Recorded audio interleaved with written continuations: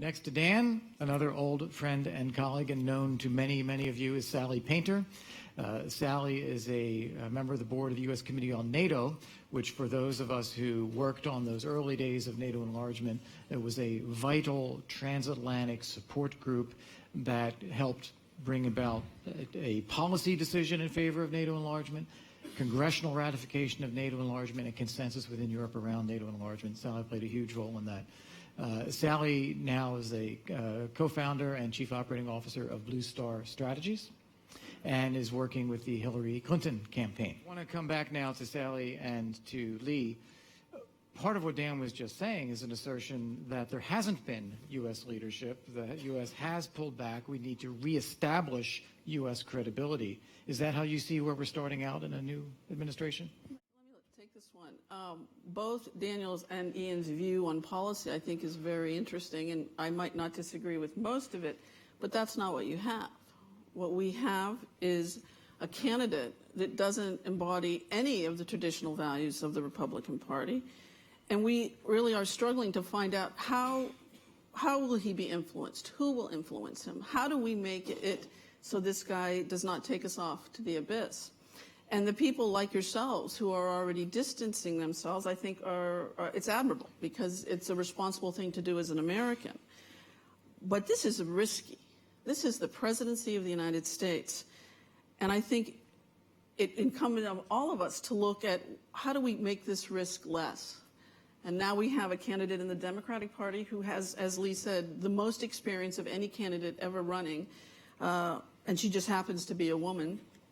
And we know her policies. We know her track record. She's clearly the better option because at this stage in our history, we cannot afford to tackle those kinds of risks. And frankly, I think, this is a failure of the Republican Party. You all have very strong policy initiatives, and they're not anywhere on this candidate's plate. So I guess my question to you all is, how does the Republican Party deal with this? How do we get us out of this terrible box of basically a policy crisis of a guy who could truly destroy our credibility? Let's start on Russia, because that's a topic of great interest to everybody here. How is she going to be better than the Obama administration was when she was Secretary of State? Well, I think we should first look at some other language of George W. Bush, who looked into his eyes and saw his soul. And everybody said, really? And he felt that he was going to have a more robust and good relationship with Putin. As I recall, Putin invaded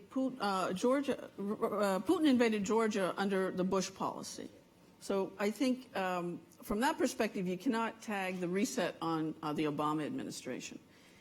Secondly, it wasn't just a little fracas. When the president and the first secretary went in, it was 8 years of frayed relationships. There were 2 major wars, and the economy was about to collapse. So there was a lot going on at that point. I think still, as a foreign minister, she was very much engaged in transatlantic relations, even though she was supposed to pivot to Asia. I also think that we're going to look back in history with our relationship with Russia, and we're going to go to 2008 and the Bucharest summit, again under Bush's watch. 2008, when the alliance failed to give MAP to Ukraine and Georgia, in June of 2008, 3 months later, April, Georgia was invaded. Nothing happened.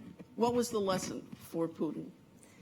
I think you're going to find Secretary Clinton, President Clinton, with a more muscular, robust policy, more forward-thinking than President Obama, and it's because she's got a lot of history here. This is a woman who spent time in all of your countries. She knows you, and she believes in the transatlantic relationship, and she knows that if there's any problem that we have on the globe, if we're working together as allies in our transatlantic partnership, we can win it.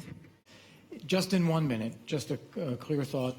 What do you think is the most important thing for the next president to do in foreign policy upon assuming office? Sally? I think the transatlantic relationship, and to make it robust and immediately try to work more with our allies on the biggest issues, because I think we can solve them. Mm-hmm.